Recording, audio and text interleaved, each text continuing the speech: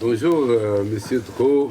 Merci pour l'occasion que vous nous donnez de l'exprimer sur votre chaîne. Bienvenue sur notre émission Découverte. Découverte, nous sommes à la recherche des champions de l'environnement.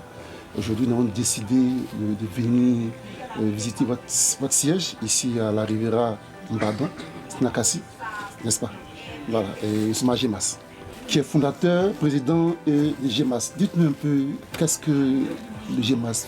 Alors, dans les années, j'allais dire un peu avant 90, quand nous nous sommes convertis, nous avions une vision qui était une nouvelle génération de managers spirituels. Donc, GEMAS sort de Nouvelle GEMAS, pour laquelle nous avons une entreprise qui s'appelle Nouvelle GEMAS. Et GEMAS, c'est Génération de Managers Spirituels. Nous sommes partis du principe que la foi s'inscrit dans un équilibre tripartite, c'est-à-dire spirituellement, il faut être posé. Ensuite, économiquement, il faut se donner les moyens de vivre aisément et puis aider l'environnement immédiat socialement. Donc, GEMAS a trois piliers essentiels, une base spirituelle, une base économique et une base sociale. Et ici, donc, c'est notre siège. On est parti de 3 mètres carrés aujourd'hui à ce que Dieu nous a offert ce joyau. Bon, en fait, c'est beau, nous avons constaté un beau cadre. Un cadre féerique, vraiment enchantant. Donc, comme je l'ai dit, notre émission est basée sur les questions du développement durable. Et aujourd'hui, nous allons parler un peu sur les questions de l'environnement. Et il sait que vous êtes vraiment un fan de l'environnement. C'est ça. Aujourd'hui, nous allons parler un peu sur le volet environnemental, surtout dans la région de la Marawi, où vous êtes mon fils de la région, n'est-ce pas? Bien sûr. Voilà, donc... Quelles sont les actions que... Le développement durable. Voilà. Déjà, il faut dire que GEMAS, donc, pour étendre ses actions, a créé ce qu'on appelle des Think and Do Tank, qui veut dire en français des réservoirs de pensée et d'action. Donc GEMAS, pour relayer ses actions sur le terrain, va créer ce qu'on appelle des clubs. Et ces clubs-là sont appelés GEMAS Clubs. Donc les GEMAS Clubs vont être implantés dans les 200 communes de Côte d'Ivoire. Et dans une commune donnée, vous pouvez avoir 10 à 15 clubs. Aujourd'hui, on est à la phase pilote, par exemple, dans la région de Gonaté. Et dans la région de Gonaté, nous avons mis en place un club. Et ce club-là va œuvrer dans l'environnement. De quoi s'agit-il? Nous, on part du principe que Dieu a tout créé en 6 jours. Et que le 7e jour, Dieu s'est reposé. Alors, quand Dieu a créé, il a confié à l'homme la capacité de continuer l'œuvre de la création à travers l'entretien qu'il peut avoir sur les manguiers, les plantes, les bananiers, etc. Et sur même les espèces humaines. Si vous les détruisez tous, en fait, l'écosystème sera déséquilibré. Alors nous, nos actions sont concrètes sur le terrain. Nos actions, nous avons actuellement un projet pilote sur Gonaté. Nous avons formé des clubs, c'est-à-dire des jeunes qui sont regroupés, maximum 30 personnes.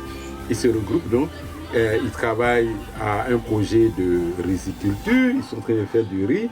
Et ensuite, nous partons du principe que chaque jeune devrait planter au moins une vingtaine de manguiers selon que vous aimez les mangues, d'avocatiers selon que vous aimez l'avocat, en tout cas de toute espèce de fruits que vous aimez, vous les plantez pour pérenniser cette façon de faire. Vous voyez des gens qui disent j'aime les mangues, mais jamais il n'a planté un manguier.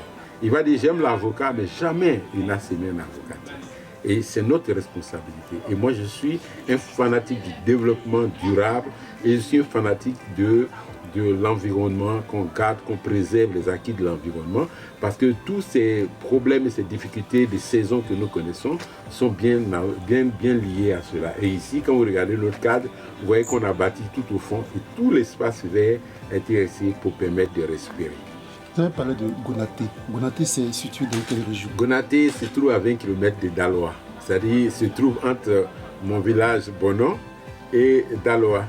Donc Gonaté est à équidistance de Bono et de Daloa. C'est-à-dire à 20 km de Bono et à 20 km de Daloa. Je rappelle que c'est en Côte d'Ivoire, n'est-ce pas? Oui, bien sûr, Gonaté en Côte d'Ivoire.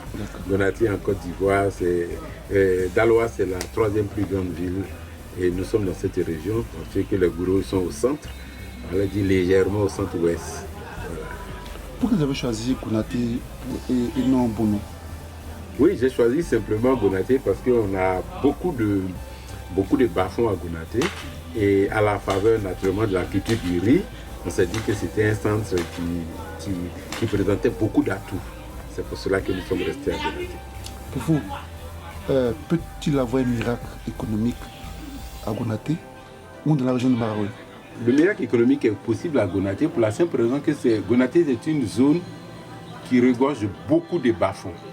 Et vous savez qu'en pays gouro, c'est le riz, c'est la banane. Alors, à partir de Gonaté, nous allons faire ce qu'on appelle un projet pilote qui va nous permettre de voir. Aujourd'hui, c'est l'autosuffisance. Les GMAS Club, c'est se mettre ensemble, s'autosuffire socialement, économiquement, etc. C'est vrai que c'est bien de faire des lévias, mais on ne mange pas les lévias. C'est bien de faire du café, on n'en boit même pas. Aujourd'hui, il faut retourner à nos cultures vivrières. Donc nous, chaque club aura donc une correspondance des clubs avec des jeunes où ils financent la production des bananes, financent la production de riz, d'arachide et tous ces vivriers-là. Et nous savons que notre projet fera tâche d'huile.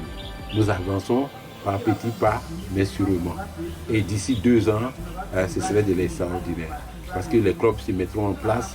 Les clubs citadins sont en collaboration, donc en jumelage avec des clubs villageois, ce qui nous permet, naturellement, aux clubs citadins, de financer la production. De sorte qu'en réalité, dans un club, on n'a pas besoin d'acheter des tomates, des bananes et des aubergines et que le club soit totalement financé.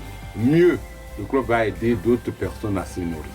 Voici un peu le pôle économique et le développement durable, comment nous l'abordons, de façon très concrète, voilà, sur le terrain. Et aujourd'hui, notre invitation, c'est de dire, on commence déjà en pays gros, comme nous y sommes, et moi je suis de la Marawi, et puis ensuite on va envahir tout le pays avec des clubs d'autosuffisance alimentaire et qui travaillent intellectuellement, qui mettent en place des business, qui prient ensemble, bien sûr, ça c'est le volet spirituel. Mais tout à l'heure, vous avez parlé un peu des stratégies que vous allez mettre en place dans la région, au niveau de Gonaté. Mais une idée qui est venue un peu le volet recyclage des déchets plastiques. Oui, bien sûr. Effectivement, on a un projet au niveau des déchets plastiques parce qu'on se rend compte effectivement qu'aujourd'hui, nous avons beaucoup besoin du caoutchouc. Tout ce que vous voyez autour de vous, le caoutchouc occupe une grande place. Les chaises plastiques et toutes ces choses-là. Alors, plutôt que de laisser les plastiques aller envahir l'océan, parce que les statistiques sont démentielles, ce qui se fait au niveau de l'environnement, nous avons un projet de dire, nous allons récupérer tous ces caoutchoucs-là, les recycler, pour faire beaucoup de matières qui sont utilisées, bien entendu, aujourd'hui dans nos pays, et pourquoi pas exporter. Voilà, nous allons donner le modèle. Nous avons énormément de projets dans ce sens. Et je pense que le temps viendra où on vous parlera de ces choses. Vos différents clubs, il y a aussi des élèves et étudiants. Bien entendu, les clubs, c'est depuis la jeunesse en fait. Nous avons des clubs installés dans des écoles. Pour que GMAS, c'est une culture qui doit environner l'enfant depuis le bas âge. Les valeurs morales, nous en faisons la promotion. Le travail, acquérir les biens durables par le travail et le respect des autres. Pour vous, le travail, c'est... Le travail, c'est la base. Parce que Dieu lui-même, comme on lisait Genèse chapitre 1, la Bible nous dit que Dieu a travaillé 6 jours. Le ratio, c'est 87 contre 13%. Donc, il faut travailler. Il faut travailler. L'Afrique ne travaille pas assez. Il nous faut travailler. La jeunesse doit travailler. La jeunesse africaine doit se mettre au travail. Le défi du développement, on le doit au travail. Ce n'est pas le travail que nous arriverons à nous affranchir. Les discours creux ne nous feront pas avancer. Mais le travail nous fera faire des bons en avant. Mais c'est vrai, on a des projets, quand on y met des projets, nous, ce qui est un peu inquiétant, c'est que quand cela est fait, il n'y a pas de suivi. Oui, bien sûr. C'est un peu le hic. Oui. Mais bien sûr, parce qu'en fait, c'est dû à quoi? Pourquoi c'est pas suivi, un projet, c'est un métier. La conduite de projet. Moi, je suis expert métier sur les systèmes d'information et les systèmes financiers. Mais je suis aussi accompagnateur stratégique. Et GMAS Corporation, qui est l'entreprise, travaille beaucoup plus dans l'accompagnement stratégique. Qui dit accompagnement, dit vous êtes devant et la personne vous suit. Et l'accompagnement répond à 3 choses. Planifier, exécuter, contrôler. Si vous planifiez que vous ne suivez pas l'exécution, il est évident que les projets tomberont. Et beaucoup de personnes, beaucoup d'organismes financent des projets sans tenir compte de l'aspect exécution et contrôle. C'est ça en fait. Et si vous voyez vraiment que beaucoup de projets échouent, c'est parce qu'il y a une chaîne qui manque dans le maillot. planification, exécution, contrôle. Alors, M. Tramagloire, un mot de fin à l'endroit de... Souvent, je ne vais pas dire qu'il est paresseux, mais ceux vraiment qui hésitent vraiment à s'engager dans le développement durable, ceux qui veulent faire partie de votre club également, un endroit de ces personnes également. Ok. Comment? Ok. Donc pour vous inscrire dans notre club, vous vous appelez le 2 x 07 43 10 43. C'est-à-dire 07 07 43 10 43, ou vous allez sur notre site web www.gmasfoundation.org. Alors mon appel à tous les jeunes et à tous ceux qui nous écoutent, c'est de leur dire que Dieu a travaillé 6 jours. Il s'est reposé un jour. Et tout ce que Dieu a créé, Dieu leur a donné à chacun un don et un talent. Et chacun devrait pouvoir d'abord identifier son don et son talent, et ensuite travailler, bâtir une organisation autour de son don et de son talent pour lui permettre de se nourrir, de manger. Parce qu'en fait, ta ration quotidienne dépend de ton don et de ton talent. Il faut les mettre en exergue. Il faut travailler. Le verbalisme creux ne nourrit pas.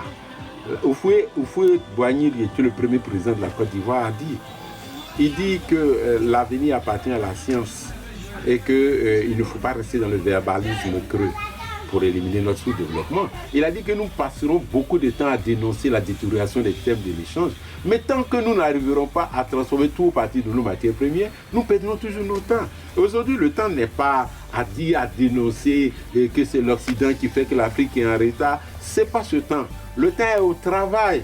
Comment est-ce que nous développons notre pays? Avec toutes ces grandes écoles que nous avons, quand on forme des ingénieurs, ce n'est pas pour venir travailler.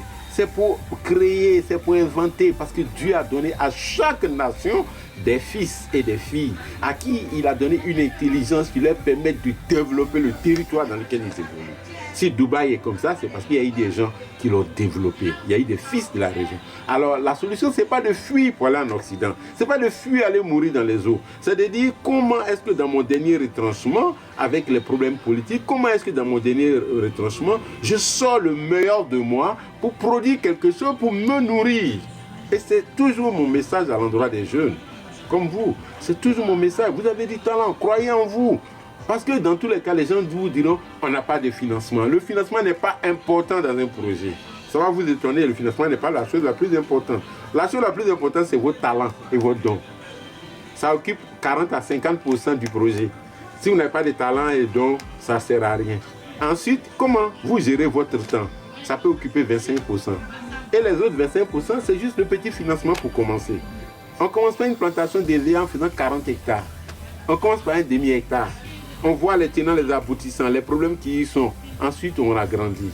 C'est parce que vous voulez 40 hectares que vous vous dites que le financement n'est pas là. Mais vous faites un demi-hectare ou même un quart d'hectare, vous n'avez pas besoin de grand financement. Donc un projet, il grandit, il va étape en étape. Un projet, il ne se fait pas tout à coup brusquement. Voilà le message à l'endroit des jeunes. Mettons-nous au travail, jeunes. Nous sommes à votre disposition à travers les GMAS Club. Inscrivez-vous, devenez talentueux, aiguisez vos talents à travers, n'est-ce pas, les GMAS Club. Parce que la Bible le dit, si vous voyez quelqu'un qui est habile et qui se tient auprès des grands, c'est parce que justement, il est talentueux. Merci beaucoup, M. Tra. Tout le plaisir a été pour moi. Pour cet entretien sur cette émission découverte sur Record TV. Ouais. Merci beaucoup à vous. C'est moi qui vous remercie. Merci à Record TV.